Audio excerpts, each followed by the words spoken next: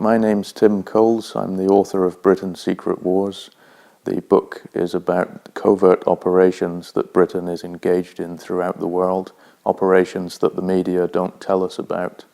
The aim of the book was to try to bring some attention to these secret wars. If we look at many of the crises around the world today, Yemen, Syria, others, we find that Britain has some responsibility for these crises.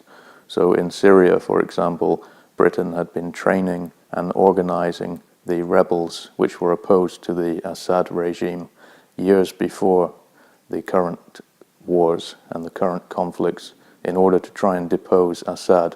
Same scenario in Libya, similar scenario in Iraq to oppose the Saddam Hussein regime and the Colonel Gaddafi regime.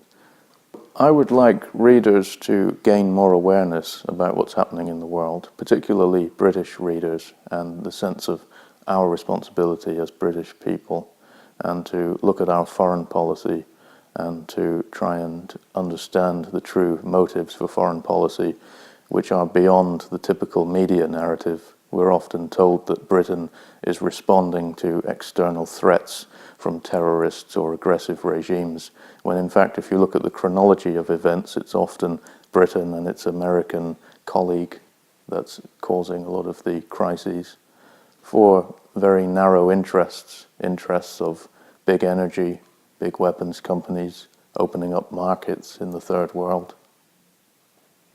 Britain is involved in many wars because Britain is working primarily in the interests of big business, not in the interests of ordinary people like us, members of the public. Foreign policy is very much about opening up markets in the third world, exploiting resources, wanting to export industries, whether it's finance, whether it's physical things like oil. People tend to be ignorant of these covert operations for several reasons. There's a culture of impunity in the media.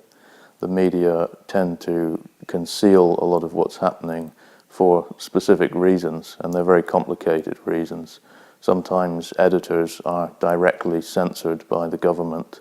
The Ministry of Defence will issue notices telling the editors not to cover certain subjects.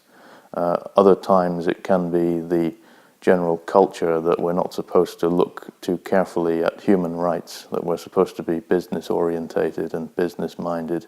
So there are several factors that come into account. Private ownership of media is another. We find when we trace the investments in private media that there's a large nexus, a corporate media nexus, where one firm has shares in another firm, so it's not in their interest to discuss some of what's going on.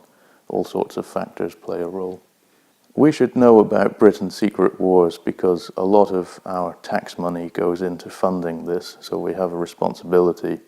And if we care about human beings and the state of the world, we should look at what we can do to help. And these secret wars often cause immense misery around the world, all over Sri Lanka, Bangladesh, Papua, Somalia. Many of the crises that are happening today can be traced back in large measure to this. We can get active, we can join associations, we can spread information. If you look back at history, there have been dedicated efforts to try and raise rights for individuals and for groups, for ethnic groups, religious groups, gender. And now the activism needs to broaden and become more aware. We've had in the last 30, 40 years solidarity movements with other countries and other peoples. That can be grown and expanded upon.